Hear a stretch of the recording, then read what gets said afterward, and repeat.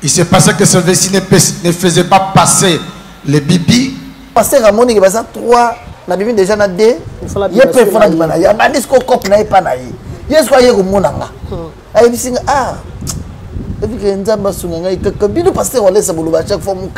y a des choses qu'il a déjà vécues dans les visions. Et salut que tango noko na ye batindela kembongo $100,000 et 100,000 francs.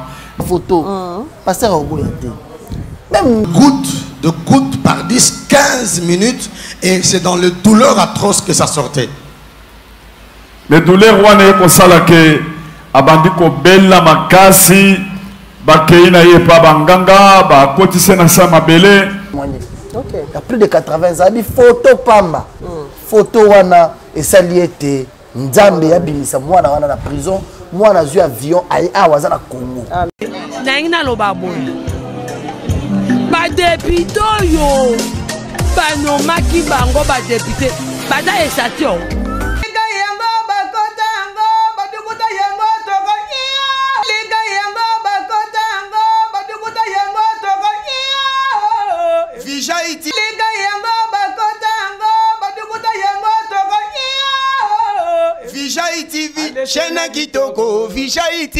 Oui, chers abonnés de Vigie Officielle Télévision, abonnez-vous massivement sur votre chaîne Vigie Officielle Télévision. Merci beaucoup de partage, ça nous fera du bien. Regardez là en bas, ça s'écrit à rouge, s'abonner, vous appuyez seulement. Vous serez parmi nos abonnés. Donc nous sommes là déjà avec le frère Gédéon Wanzambe, donc qui est le communicateur de pasteur Kabundi Walesa, Otomito Solana, beaucoup plus par rapport, il y a rumeur au moment des tambours dans les réseaux sociaux, vrai ou faux, il y a qu'on répondre à biso, n'a pas question autre Solana. Restez toujours branchés pour tous ceux qui ont déjà ou en banda kopesa frère Gédéon. Bonjour. Ok, merci beaucoup frère Gédéon. Le lot ya mbio lisusu na kati ya émission na biso na chaîne O Eloson TV bato ebele bazolanda rumeur to benga ngo rumeur ou bien to benga ngo information ya solo ou bien to benga yango nini to molaki moko ya ba pasteur ya papa na biso Kabundi Walesa balobi yepe akoyi na kati ya mbeba ya ba pasteur il faut qu'on se le dise pour to comme na moi mbeba mo boye ko taper na kati ya mboka la biso o biso so to yebi etambola ba réseaux sociaux ba pasteur ba ko isama to ebité frère Gédéon, tout le banini, pour tout le bien, on va la chaîne merci. On a déjà un peu de news, on a battu poteau, ça va capture. Il y a une chaîne, ça va bon, ils ont le quota à serviteur de Dieu, le centre de réveil spirituel. Ah, ça vraiment serviteur. Ouais, à serviteur t'es. Aza pasteur t'es, azani évangéliste, n'est pas connu wana. Seulement c'est quelqu'un, c'est un frère pour moi. Bani, c'est un ami, tout solo là bien. J'étais aussi surpris au moment de publier bon. Et puis les solongo et bandé non deni pour toi le frère en question de Azana Lubumbashi. Ouais, Azana Lubumbashi, Azana Kinshasa. Lubumbashi na cadre mtsala, activité na EP famille à peu mtsala. OK. Ayaka, il avait besoin de voir le pasteur Walesa. Nous l'avons facilité de voir le pasteur. Pasteur a semblé lié, il a un problème à la délivrance. Et ça, les marabons ici, à Kenya. Assemblée la route pas habitué parce qu'il n'a même pas fait un mois dans notre église. Okay. Du coup, ce gars là m'a emmené privé parce que j'ai réalisé que bateau va faire publier bateau, bateau va publier bateau, ils arrivent bateau va avoir compte à rendre. Okay. Ouais, peut-être qu'ils ont un problème dans les privés. Par méchanceté ou bien bah tout ce que dans mon thème mabé bah limite élévation à mon touté bah le but est humilié tout ça la bongo malheureusement bah ça a posé référence le gars bah mon gars quand il photo dans pasteur on laisse ça bah mon gars une église allez du coup bah commissaire serviteur de Dieu une église à pasteur on laisse ça ce qui n'est pas vrai azam tout n'est pas toujours bien habitué chaque fois papa je dis bonjour. Dans un problème, est-ce que vous pouvez me faciliter voir le pasteur Walesa? Il y a quand même plus forte raison. Déjà, tu as entendu, le pasteur Walesa, frère Gédéon, on a 4 mois, ok? Donc, c'est qu'il y a une considération, mais pas pasteur. Azan a un problème spirituel. Il avait besoin de la prière. Ils sont venus tous en couple, ils ont vu le pasteur, pasteur Assami. Ouais, il va participer dans ma prière, pasteur Assami, ma délivrance, ma belé. Et ça va en privé. C'est juste ça. Mais du coup, nous avons nous avons un déplacement, nous avons capture, maman au Canada. a publié bon que pasteur moi pas pasteur Wale ça. C'est qui? C'est quoi? Nathalie là, j'ai compris bino ba tout ça la émission, bon on vérifier l'information té. Bato internet plupart ça la bon plupart ba on vérifier information té ba zuka photo à mutu. Ba le bien tout ça la bouille. Mais ce qui était plus mauvais est que lorsque j'ai eu le temps de m'entretenir avec la maman en question, toi a publié qui est. Elle est allée plus loin pour me dire que c'est-à-dire que par quel moyen la personne qui a publié, il y a un combat que pasteur elle a même publié ça. Pour finir, elle a publié même aussi. Elle a publié une photo de Ngai. Elle a fini Ngai. Elle a défendre Walesa. Le gens défendre Walesa. Italio, Talamukala, Walesa. Il m'a traité de tous les mots. Il a vaseline, il a dit beaucoup de choses. Moi, je ne pense pas que c'est maman bon de décourager Bissot. Bref, nous avons compris que parce que comment est-ce que aux une photo Moutou, il faut associer la pasteur Walesa pourquoi? Pour dire, pour faire voir aux gens que tu as un pasteur, une église, un pasteur Walesa, tu as le roi. Non, mais écoutez, il y a des choses où maman Nana, vous ne verrez jamais pasteur Walesa passer à la télévision parler de ça. Mais moi je suis là, je parlerai toujours. Tu vas dénoncer, tu vas attaquer. Nous dans ma baie, on va pas accepter. Hormis que la pasteur. Parce que as un pasteur, as un serviteur de Dieu.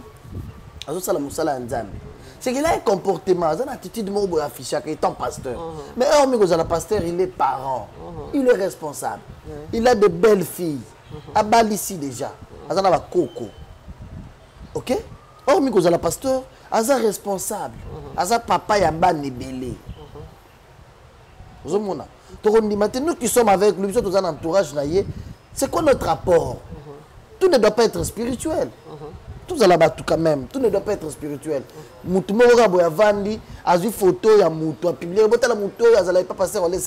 souci de nuire l'homme de Dieu, quand bien même, bateau bundissé, bateau banda ko bundissa yi. Ti le lo ba longa été. Mais on ne doit pas laisser les gens continuer toujours à diffamer sa personnalité. C'est normal. Nous qui sommes avec lui, on se tient debout, on dit non, écoutez, c'est des trop, si lui ne parle pas, nous on ne doit pas aussi rester calme. On viendra toujours vous dire que t'es, net si maman, on a dit que Moutouana Ozoloba, Azalaka pasteur, t'es une église à pasteur Walesa. C'est mon ami. Moi je l'ai facilité de voir le pasteur Walesa. Il a vu le pasteur a Sambele lié et Sili. Côté à Outi, s'il avait des problèmes ou pas, et tel lui sauter. Si tu as la nudité de quelqu'un, Ozana motema mabère au public mutakala na ye. Qu'est-ce que publier kakat? Frère tel dans une vidéo na ye mutakala wa azana mwasi na mbe tout biaza boyeboy sili. Mais le nom de pasteur Walesa, le nom de l'église Walesa vient faire quoi? Oh non, ils ont attaqué, ils ont défendre Walesa pourquoi pasteur wana tie ba tebele mal à l'aise oui, ya continuer ko tia ba mal à l'aise. Aussi longtemps qu'il y a zo tambola la timkaya. Azo tambola, azo respecter alliance à traiter dans Nzambe qui va tebele baza dans les faux. Toujours mal à l'aise. Pourquoi? Parce que les gens qui pensent combattre Walesa, ils font mal. Qu'ils apprennent que dans les années 2010, 2012, 13, 14, il y a combien de combats babundissaye. Combat nini c'est longaï. Pasteur nini, batu nini babimisa batu, basala de tout le moyen pour que mon chute naïe. Comme il a Dieu, il est protégé par l'alliance. Dieu l'accompagne, Dieu l'utilise. Les dimanches,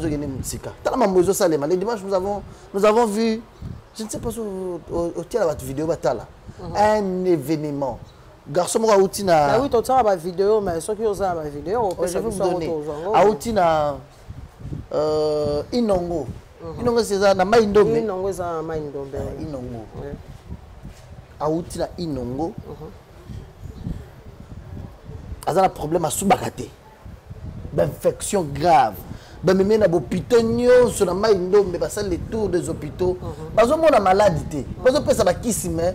Moutozo, pour nous souba, faut qu'on l'itanga masube bimaboye, atele mazela zole l'année après sur 10 minutes.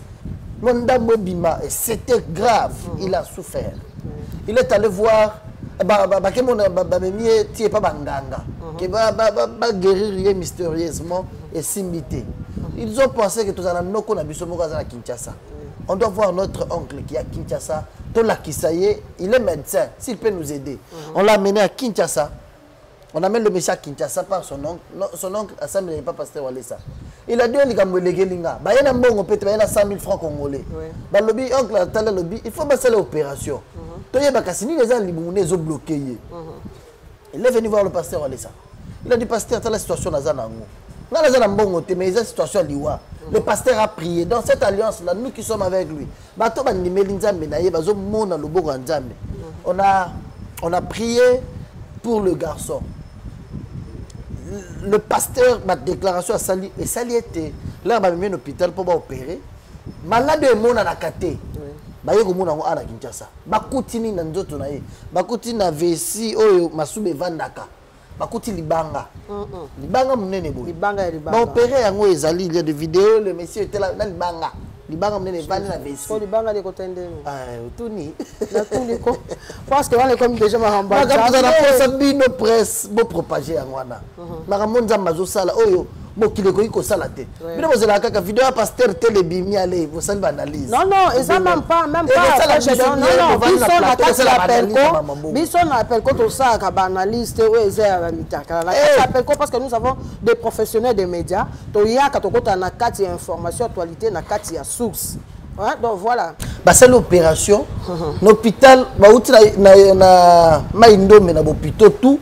Bah maladie mais lorsque mon seul nzamba sambeli bah comme na Kinshasa pasteur Walesa sambeli l'hôpital bah c'est l'opération bah moni libanga et le médecin lequel libango et vandi na vessie à masuba c'est bloqué à masuba na ye bah opérer bah misi libanga menene boy c'est-à-dire le côté katam spirituellement pour la détruire vite talaka muto azo subate talaka muto azo ko subate so basube bimi fo mamuke azo lela zo ke loko wana ba cotiser bloqué ye masuba mais l'homme de Dieu a prié la maladie oh ezalaki invisible nzamba commission visible na miso ba médecin c'est-à-dire Dieu a fait que le travail de médecin est réussi.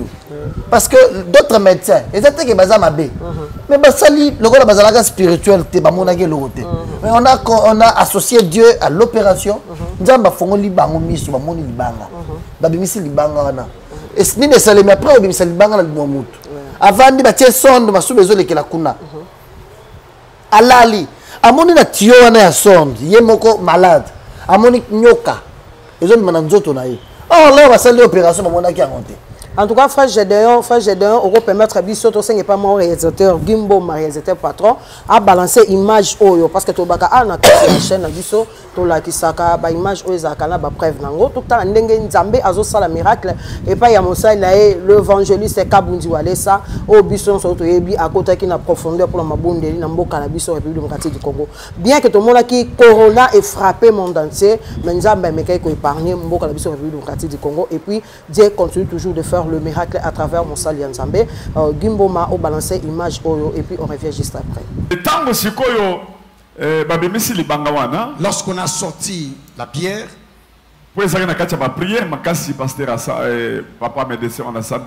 parce que c'était en pleine prière que le médecin avait fait. Lorsqu'on l'a sorti, on a mis le garçon sous les mains. On l'a placé les sondes pour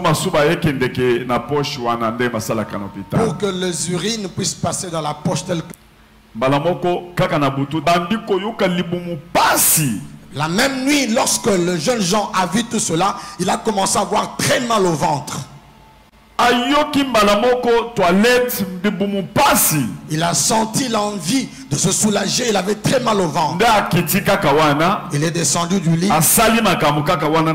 Il a fait ce besoin juste là. Alléluia. Amen. Tout d'un coup dans le ventre,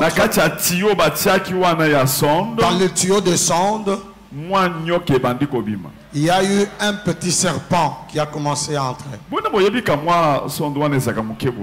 connaissez le sonde, il est tout petit. Et il y avait le serpent qui sortait. A commencé il dit quelque chose me sort. La puissance sortait cela. Mais le vessie, on avait déjà enlevé la pierre. Ce qui sort, ça vient d'où? Jésus Christ. Le serpent sautait. Il était long comme le ver avec une tête. Il est tombé dans la poche. On peut nous montrer les images. Hôpital Maïndembe Tamboli, docteur Nenwana, Salanga examen, infection. Dans tous les hôpitaux d'Inongo, nous avons circulé, on me faisait des examens, on me disait que ce sont les infections. Tant que vous avez des examens, infection, tu es bien en lisusuté. Tant que tu es mis dans l'hôpital, si tu es banganga. Lorsque nous sommes allés à l'hôpital et on n'a pas pu, nous sommes passés chez les féticheurs. Nganga liboso tokotaki atimoli libulu akundingai. Chez le premier féticheur, on a creusé un trou et on m'a fait entrer. Etikalika ya motu libanda azuba bougie atumbi na moto abando sopelanga nelongi. On m'avait mis dans le sol, seulement la tête était restée, on a allumé des bougies et l'eau de bougie, on commençait à me les verser sur le visage. Il m'a dit tel que je fais ça, tu n'es plus malade. Il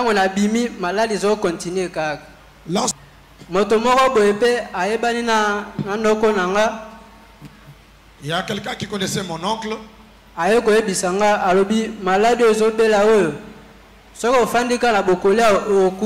est venu me dire, tu vas mourir si tu restes ici.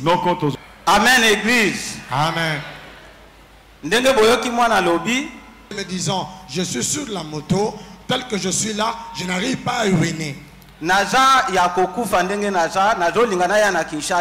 Je suis mourant et je voudrais arriver à Kinshasa.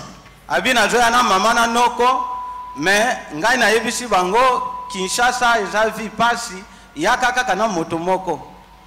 il m'a dit qu'il venait avec la maman et l'oncle. Moi, je leur ai dit, la vie à Kinshasa est difficile. Venez seulement avec une seule personne.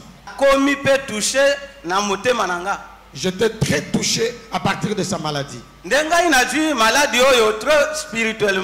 Et moi, j'ai porté sa maladie spirituellement.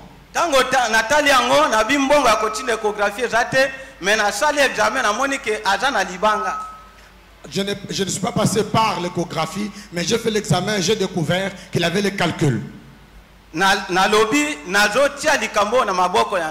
J'ai dit, je place cette affaire entre les mains de Dieu. J'ai demandé les 100 000 francs. J'ai enlevé 10 000 francs. J'ai pris l'enveloppe.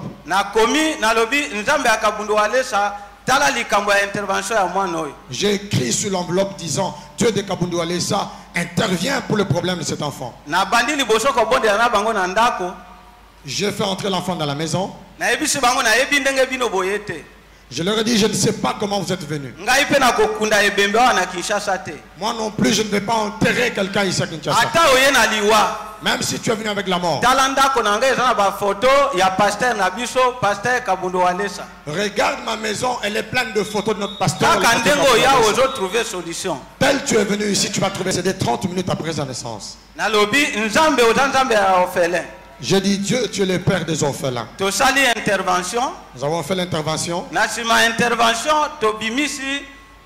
Libanga oyo babengi calcul vésical. Après l'intervention, nous avons sorti ces calculs que vous voyez. C'est vraiment une pierre. Et voilà, bino moko bomoni parce que tobaki a na kati ya émission na bino to sa kapona rolakisa kokota na kati ya profondeur ya lisolo pe ya koyeba vérité mingi bozwango awa poto ya kate pona koloba toujours toloba yango to pesi merci ya na Chid Basaoula depuis Londres wa pe saraton pona rolanda biso papi lengele bombolo ya Claude Pangi Bubutu donc ba merci na bino bozala toujours connecté na kati ya chaîne na bino poto zo solola na papa Gédéon en tout cas to moni miracle wana ndenge salama et puis la continuité à moi la mobile pour la santé nae Nzambe eloko ça et c'est pélissimission makasi c'est que ba médecin ba monaki na opération ba monaki kanyoka oyote mais tala yemoko malade alali na mbeto zomona nyoka zotambola na singa wana ya sonde ti akevanda na sachez on a masu bezo vanda kanyoka wana ye vandi ezo bouger ye boko mona bengi batu ba bengi okle ne batu ba ye ba filmer yango ebimi ezo bana nzoto na ye ebimi na kati ebimi ka mwa nzoto ti ka eloko mulai boye vanda na nzoto. C'est-à-dire, là où il y a l'esprit de Dieu dans le bas, chaque fois, il y a diversité de témoignages. C'est que Makambo est invisible dans la mise à battre. Nous avons comme ça visible. Bakoti ça qui a ngotam sunyo kawana ka bakoti ça kindo qui aime la cahier mutozo ko subate libange bloqué nyoka pewana mais nzamba sali nyonso ebimi. Et aujourd'hui, ces garçons marchent. Au moment où il y a une église, ils témoignent la grandeur de Dieu. Dieu l'a délivré. C'est ça ce que nous voulons faire voir aux gens. On n'a pas le temps de s'accrocher à des choses qui ne sont pas importantes. Mambo et Zozong Sabatala, nous avons un problème. Bakomi Kolela. Bakomi photo longue dans l'église. C'est que le pasteur font. Makamba pasteur bazo sala ezo longola biso confiance c'est pas nzambe. Or un véritable enfant de Dieu ne peut pas dire ça. Dieu, le pasteur Alessa nous a dit ça le dimanche. Dieu a ses représentants. Nzambe za na batu na yo yebo kwatie. Quelle que soit nyo se rosalema nzambe za na batu na ye. Oyo ba telemaka. Oyo ba ko défendre comme Jésus-Christ. Oyo ba ko lingate ko tika Satan a dominé. Les Congolais ont l'impression aujourd'hui de faire voir aux gens que le diable est plus fort au Congo que Dieu. Pourquoi? Parce que la croyance, la confiance, la conviction, se retirer. Moi, retirons ce mot côté. Pourquoi? Parce que ma pasteur, vidéo est bimi, et boyo quitté, ma solo pasteur a sali. Pas Jésus-Christ. Il y a des gens qui nous regardent, qui ont des problèmes, qui ne sont pas censés qu'on la distraction. Les gens qui veulent voir la main de Dieu. Bah toi, il s'est liquidé parce qu'il y a des maquillonistes, des prophètes à l'Okuta Bazar. Non, t'as là toi bouillir. Ces garçons, sa famille, tout le monde, déjà la miracle aussi c'est que les familles m'ont continué à casser à ministère. Bandi Melinzambi. Oui, bien sûr, Bandi Melinzambi. C'est la chose de la rabat. Bandi Melinzambi. Mais et puis que ça rappelle l'homme sous de fois le tambour besoin résultat. Place moi pour comprendre que après le but quand de banganga. Tu vois que boutique là. T'as pas côté la banganga. Basu solution. Mais est-ce que pas Kabundi ou ça? L'évangéliste la PC bambo te belé. Basu miracle moko. Donc c'est que famille petite quand ils n'ont pas enchaîné na kata. C'est ça ce qui est plus important. Voilà donc merci beaucoup cher abonné de te nous te vidéo sur là. Dans frère Gédéon pour tous beaucoup plus éclaircissement la problème au bon qui va publier les pasteurs au baba qui pasteur, il y a église, il y a Kabundi Walesa, il y a Mutakalisé, il faut qu'on se le dise. Mais awa frère Gédéon à lobby ndengenini, aza frère simple, ouais, il y a qui pas coûter un pasteur. Un mois dans l'église. Même pas un mois dans la église. C'est que va vendre ça ni to créer ni. Pour ça là, to bon mamba mo pasteur. Et ça là na pasteur, ba ko bo maité. Et ça la pasteur Walesa mabi. Mon discours nous sommes la moto.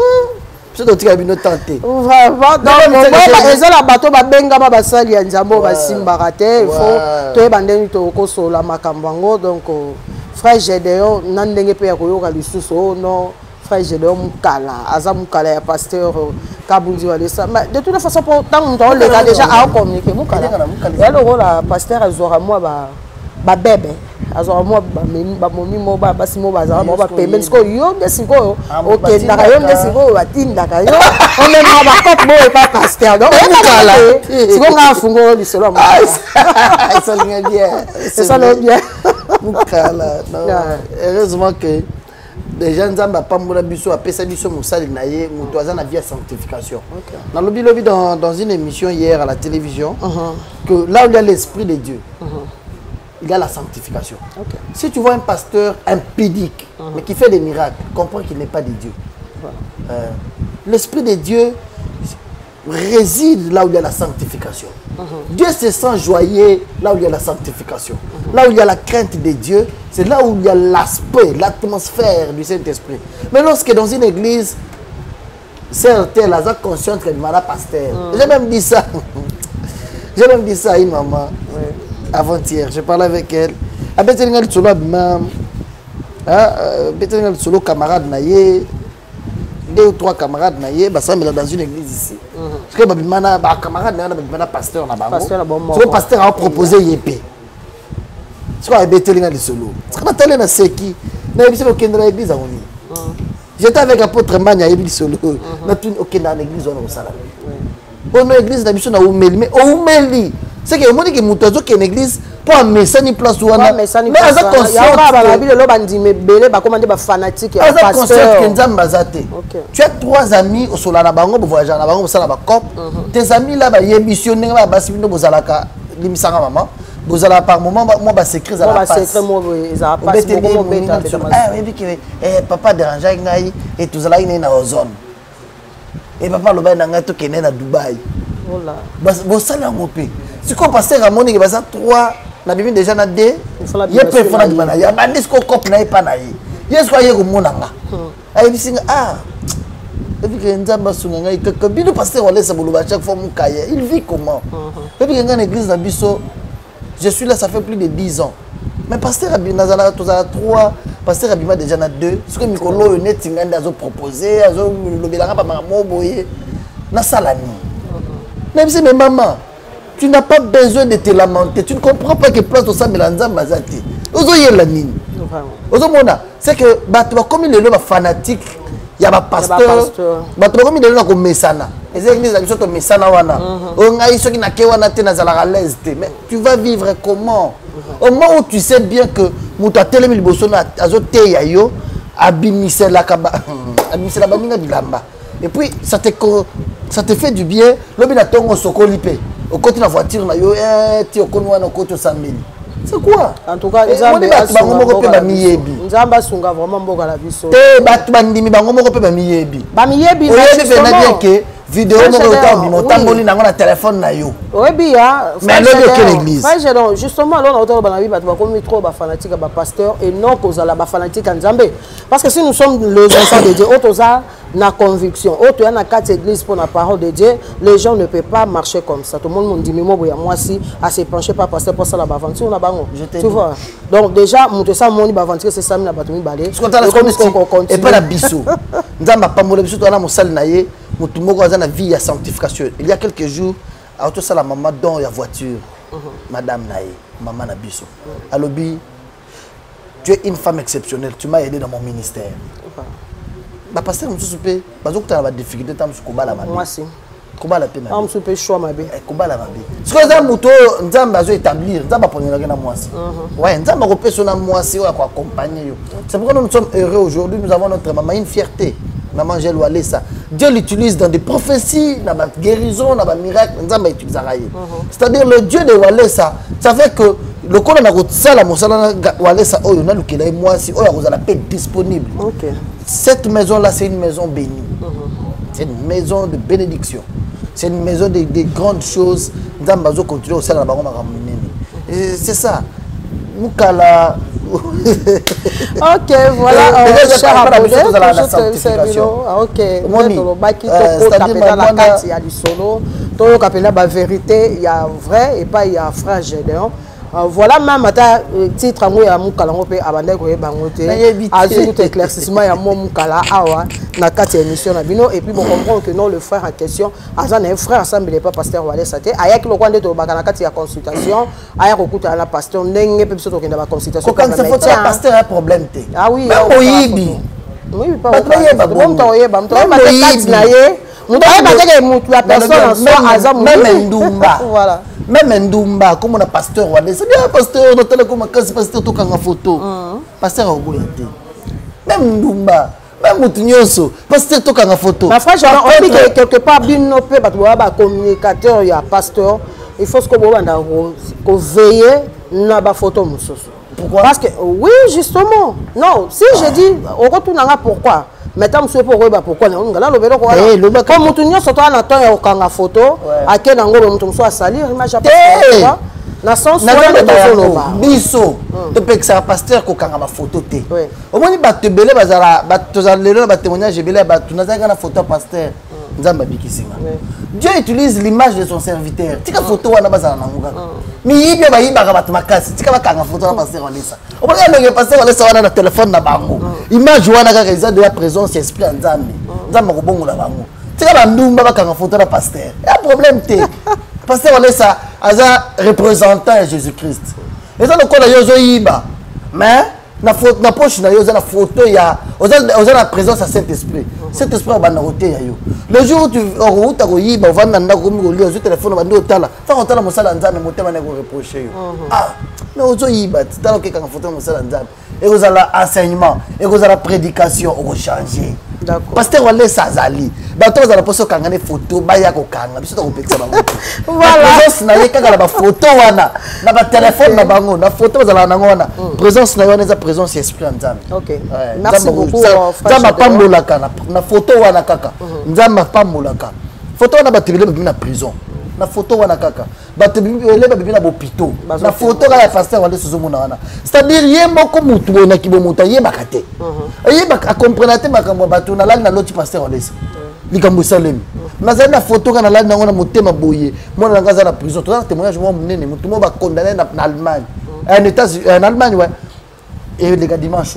Il y a dimanche l'église. Dimanche non, il y a dimanche. Oh ya. Il y a dimanche. Dimanche on a. A outi poto à côté azala kini muto. A sala ba mbula na prison ba condamné camarade na ye moko afunda ye que les entreprises ba tobimisa ba biloko na poto kuna. Ba condamné ye condamnation zalaka ya yete ya mutu mususu mama kindo geza bongo. Mutu asali plus de 15 ans na prison na poto. Maman na ya botaba na mibale moko akufatika la na moko. Moko na ndaza prison, maman na za na Congo. Et maman na ye maman mukolo une vieille maman a plus de 80 ans. Elle ne sait pas accéder facilement kosi mata pasteur Wale ça. Mais il y a du photo à pasteur. Ala la na mbeto na ye. Ala liboye. Atia photo ya pasteur Wale ça la katikati. Atia mwana na ye landi atia pasteur Wale ça. Alobi pasteur Wale ça oyo totie. Eza présence nzambe. Azo kanga porte ya bandeko bazo linga kobomelanga mwana nanga na confiance ya sambelaka simaka photo pasteur Wale ça nzambe na yo to yo kakaye na mona ba témoignage nzambe na bimisela mwana nanga na prison ba comprendre te après quelques jours bana maman na bandi une vieille maman nda ko témoigner.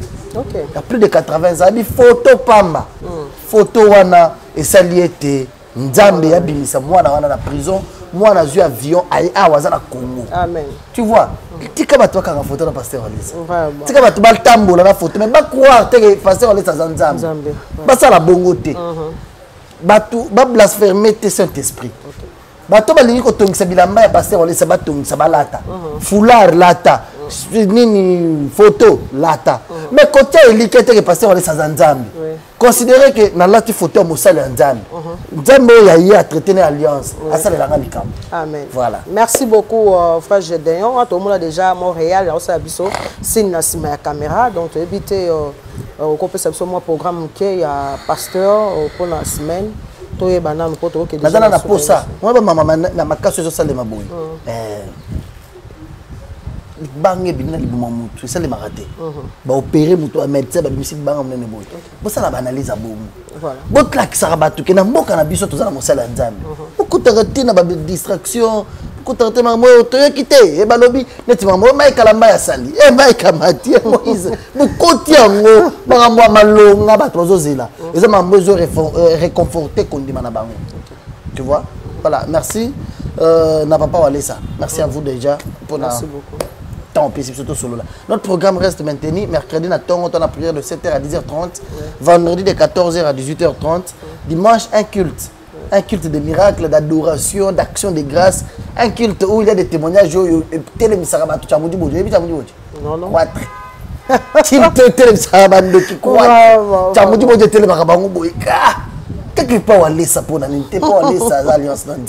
On est sans représentant de Jésus-Christ. Dieu l'accompagne. Dieu fait avec lui de grandes choses. Merci papa pour ce grand cœur. Il a appelé Mike Kalambaye. Il a dit c'est mon fils, viens. Avant de dire, solo lui a conseillé. Il dit Mike, tu es déjà pasteur.